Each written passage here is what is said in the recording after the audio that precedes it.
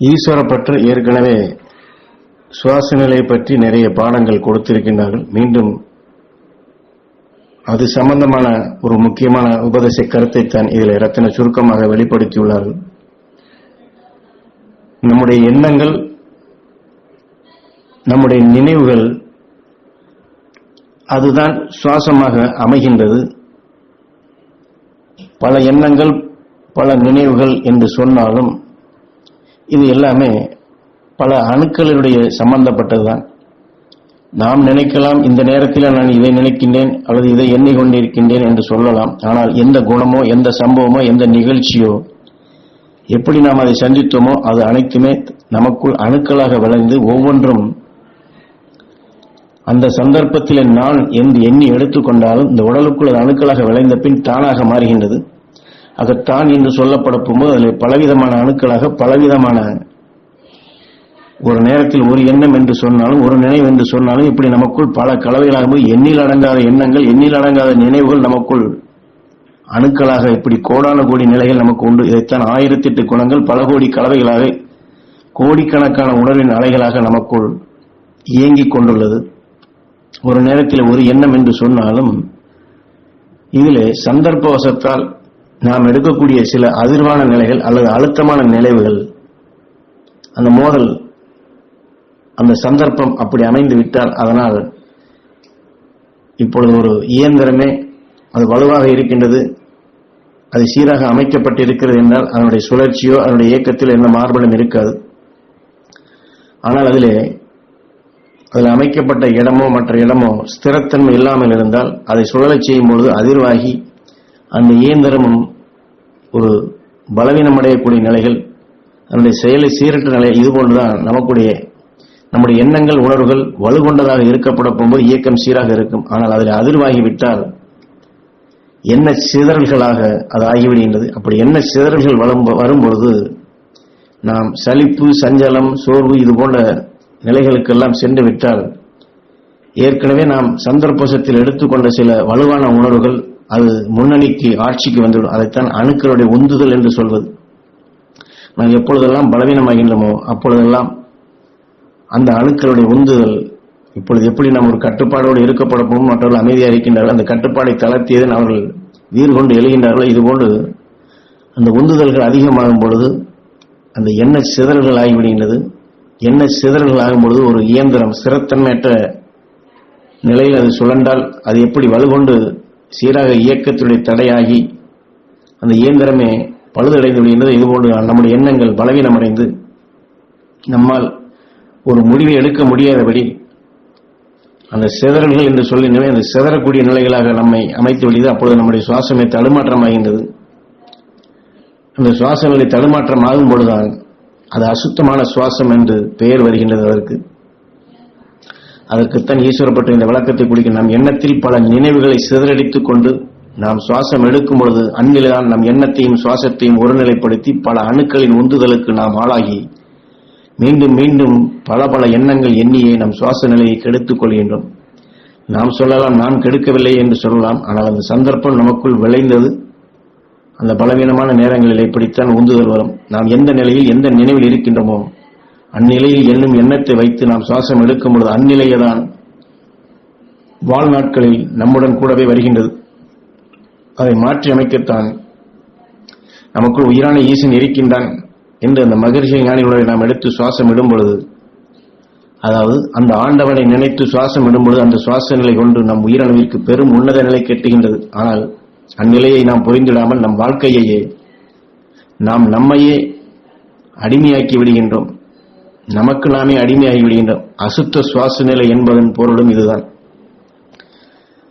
ஏனென்றால் நமக்குள் அந்த ஈசன் இருக்கின்றான், மகரிஷி ஞானிகளுடைய உணர்வை நாம் பெறுகின்றோம், அந்த அருள்சக்தியை பெறுவோம் என்று இந்த எண்ணம், இந்த நினைவு, இந்த உணர்வு இது நமக்குள் வலுவடைந்து விட்டால் மற்ற அதிர்வு, அழுத்தம் என்று சொல்லுகின்றமே அதை சீராக்கி நம்முடைய சுவாச நிலையை ஒருநிலைப்படுத்துகின்றது. அதைத்தான் ஈஸ்வரப்பட்ட இங்கே இந்த நிலையை நாம் புரிந்து கொள்ள வேண்டும். நமக்குள் அந்த ஈசன் இருக்கின்றான், நாம் அந்த மகரிஷின் அல்வட்டத்தில் வாழ்கின்றோம். அந்த அருள்வழி வாழ்வோம், அருள் வாழ்க்கை வாழ்வோம். என்னுடைய சொல்லும் செயலும் புனிதம் பெற வேண்டும். நான் செய்யக்கூடிய அனைத்துமே எல்லோருக்கும் மன நிறைவையும் மன அமைதியும் மன மகிழ்ச்சியை ஏற்படுத்துவதாக இருக்க வேண்டும் என்று இந்த உணர்வை நாம் எண்ணி இந்த நினைவை நாம் கொண்டு வந்தால் மற்ற நினைவலைகள் உணர்வலைகள் சுவாசங்கள் அவருடைய ஈர்ப்பு தடையாகும் பொழுது நாம் நல் சுவாசமாக அதைத்தான் இங்கே பரிசுத்தமான சுவாசம் என்று ஈஸ்வரப்பட்டு குறிப்பிடுகிறார். நம் எண்ணத்தை கொண்டுதான் நம் சுவாச நிலையில் பலவிதமான நறுமணங்களை பெற முடியும். நல்ல மனமுடைய சுவாச நிலையில் உள்ள பொழுது நம் உயிர்நிலைக்கும் பெரும் ஊட்டம் கிடைக்கின்றது. ஏனென்றால் நாம் வாழ்வதும் மடிவதும் நம் எண்ணத்தை கொண்டுதான். இந்த நிலையை புரிந்து கொண்டு நாம் வாழ வேண்டும். ஏனென்றால் இந்நிலையில் இருந்துதான் பல கோடி சித்தர்கள் இன்றும் வாழ்கின்றார்கள். வாழும் வாழ்க்கையில் நிறைவு பெற்று வாழும் பொழுது அந்த சித்தர்களின் நிலையைப் போல இந்த மனித உடலை பெற்ற நாம் எல்லோருமே பல கோடி ஆண்டுகள் அந்த மகரிஷிகள் ஞானிகளைப் போன்று வாழ்ந்திடலாம். உயிரினம் ஆத்மாவிற்கு பெரும் நிலையை தேடிடலாம். எனவே இங்கே சுவாச நிலை என்று ஈஸ்வரப்பட்டு குறிப்பிடுவது இதைத்தான். இன்று விஞ்ஞானிகள் எப்படி எலக்ட்ரானிக் என்று அதற்குண்டான கருவிகளை வைத்து அழுத்தத்திற்கொப்ப ஆணைகள் இடப்பட்டு அது மாற்றமான நிலை வந்தால் அதை எப்படி சீர்படுத்த வேண்டும் என்று ஆணைகள் இடுகின்றார்களோ இது போன்றுதான் நாம் நம்முடைய எண்ணத்தால் உணர்வால் நினைவால் மகரிஷி ஞானிகள் உணர்வை எடுத்து உயிரான ஈசனின் துணை கொண்டு அந்த அருள் உணர்வை நம் உடலில் இருக்கக்கூடிய எல்லா அணுக்களுக்கும் உணவாக கொடுத்து ஒரு மாறுபட்ட நிலையோ அதிர்வான நிலையோ எதிர்மறையான உணர்வு வந்தால் ஈஸ்வரா அந்த மகரிஷிகளின் அருள்சக்தி நாங்கள் பெற வேண்டும். ஈஸ்வரா அந்த மகரிஷின் அருள்சக்தி எங்கள் உடல் முழுவதும் படர்ந்திட அருள்வாய் ஈஸ்வரா. அந்த மகரிஷின் அருள்சக்தி எங்கள் உடல் உறுப்புகளை உருவாக்கி அணுக்கள் அனைத்தும் பெற அருள்வாய் ஈஸ்வரா என்று நமக்குள் அந்த உயிரான ஈசன் இருக்கின்றான். இந்த உணர்வோடு நினைவோடு நம் சுவாசத்தை சீர்படுத்தி நம் எண்ணத்தை சீர்படுத்தி நாம் நினைவுகளை மகரிஷிகள் ஞானிகள் நம்முடைய நினைவாற்றல் அங்கே கொண்டு சென்றால் இதுவே உயர்ந்த சுவாசமாகின்றது.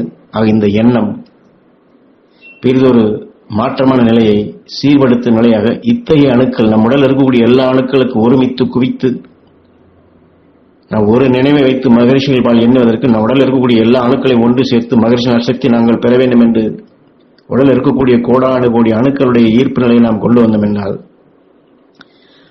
இது மிக மிக சக்தி வாய்ந்த உணர்வாக வலுவான எண்ணமாக அந்த நிறைவு பெறக்கூடிய என்றால் இதுதான் நம் மனதை குவிக்கக்கூடிய நிலை, ஒருநிலைப்படுத்தக்கூடிய நிலை. அது தியானத்தில் ஒரு நிலையில் இருப்பதல்ல. நம்முடைய எண்ணங்கள் உணர்வுகள் நினைவுகள் அனைத்தையும் இப்படி நாம் ஒருநிலைப்படுத்தி கொண்டு வர வேண்டும். ஆலயங்களில் எப்படி தெய்வ சிலைகளுக்கு தலையிலிருந்து கால் வரை அபிஷேகம் செய்கின்றார்களோ இதுபோன்ற அருள் உடல் நம் உடல் இருக்கக்கூடிய எல்லா அணுக்களுக்கும் கிடைக்க செய்ய வேண்டும், பெறச் செய்ய வேண்டும். ஆக மற்ற அணுக்களுடைய உந்துதல்களை நாம் இப்படித்தான் அருள் உணர்வுகளை நாம் பாய்ச்சி பன்மடங்கு நமக்குள் பெருக்கி இது மனதை அடக்குவதல்ல, நம்முடைய நினைவை நம்முடைய எண்ணத்தை நம்முடைய சுவாச நிலையை திருப்புகின்றோம். உயிரான ஈசனுக்கு அதை நாம் அபிஷேகம் செய்கின்றோம். உயிரான ஈசன் அந்த நெருப்பில் நாம் இதை போடுகின்றோம். நம்முடைய எண்ணம் நம்முடைய நினைவு நம்முடைய உணர்வு சுவாசம் அனைத்தும் அந்த அருள் உணர்வோடு கலக்கப்படும் பொழுது பரிசுத்தமாகின்றது.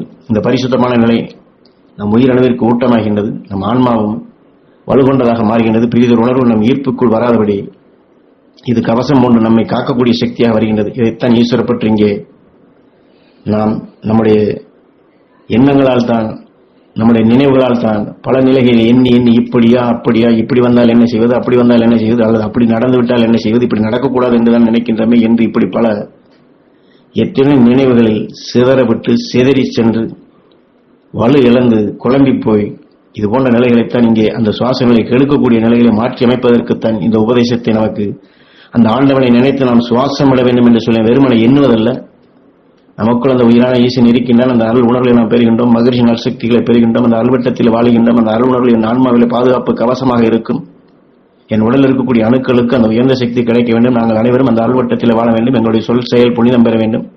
நாளை நான் செய்வதெல்லாம் எனக்கும் சரி, என் குடும்பத்தாருக்கும் சரி, என் நாட்டுக்கும் சரி, இந்த உலகிற்கும் சரி நல்ல மூச்சாக புனிதப்படுத்தும் செயலாக அமைய வேண்டும் என்று இப்படிப்பட்ட உயர்ந்த சுவாசங்களை இதைத்தான் நம் எண்ணங்களாக மன உறுதி கொண்டு செயல்படுத்த வேண்டும் என்று ஈஸ்வரப்பட்டது. உயரிய சுவாசத்தை எடுக்க வேண்டியதனுடைய முக்கியத்துவத்தை இதிலே தெளிவாக நமக்கு வழிகாட்டுகின்றார்கள்.